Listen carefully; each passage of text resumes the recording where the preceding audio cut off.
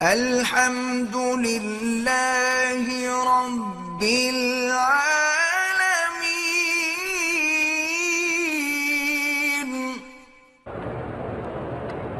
کہتے ہیں جی کہ میاں بیوی ایک دوسرے کے بدن کو، شرمگاہ کو بھی دیکھ سکتے ہیں۔ ہاں جی بالکل دیکھ سکتے ہیں۔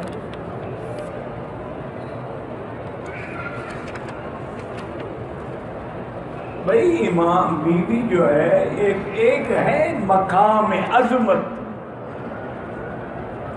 وہ تو بہت بلند ہے کہ بی بی عائشہ فرماتی ہیں کہ واللہ مجھے اللہ کی قسم ہے میں نے حضور کا بدن شرمگاہ بھی نہیں دیکھی اور حضور نے میری شرمگاہ پہ کبھی نظر نہیں ڈالی۔ یہ عظمت والوں کا مقام ہے۔ اب تو جناب وہ انگریزوں کی فلمیں دیکھ دیکھ کے کتے کی طرح چاٹتے ہیں۔ اب مسئلے کیا پوچھتے ہو؟ تمہارا مقدر اللہ نے یہی بنایا ہے کہ جو پیشاب کی جگہ ہے اسی کو دیکھتے رہو، تو ہم کیا کریں؟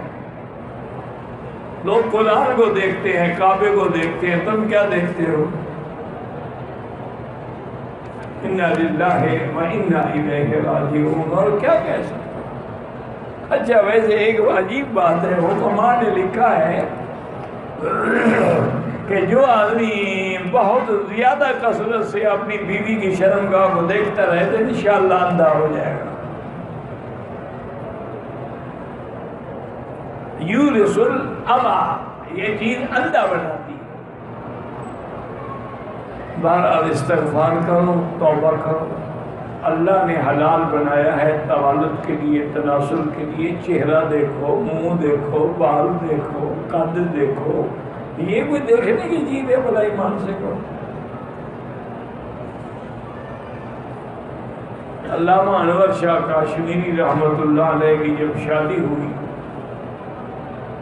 جوانی کا زمانہ تھا، تو صبح کو طلباء ساتھی ہوتے ہیں نا اس زمانے میں جو ان کے یعنی برابر کے لوگ تھے، انہوں نے کہا حضرت آپ کی شادی ہو گئی، سہاگ رات گزر گئی، آپ نے ہمیں بتایا ہی نہیں کہ سہاگ رات آپ کی کیسے گزری۔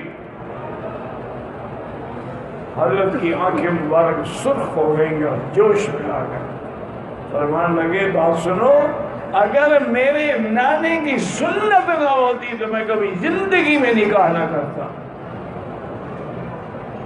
کیونکہ نکاح میرے مدنی پاک کی سنت ہے، میرے نانے کی سنت ہے، میں نے سنت پہ عمل کیا ہے۔ یہ کوئی بتانے کی چیز ہے، کوئی فخر کی چیز ہے کہ ایک عالم دین جو ہے ایک پیشاب کے مقام پہ بیٹھا ہو؟ نے کہا میرے اگر نبی کی سنت نہ ہوتی اور اللہ نے توالد و تناسل کا یہ ذریعہ نہ بنایا ہوتا کہ زوجین دو جوڑوں سے بچہ پیدا ہوتا ہے، میں تو کبھی شادی نہ کرتا۔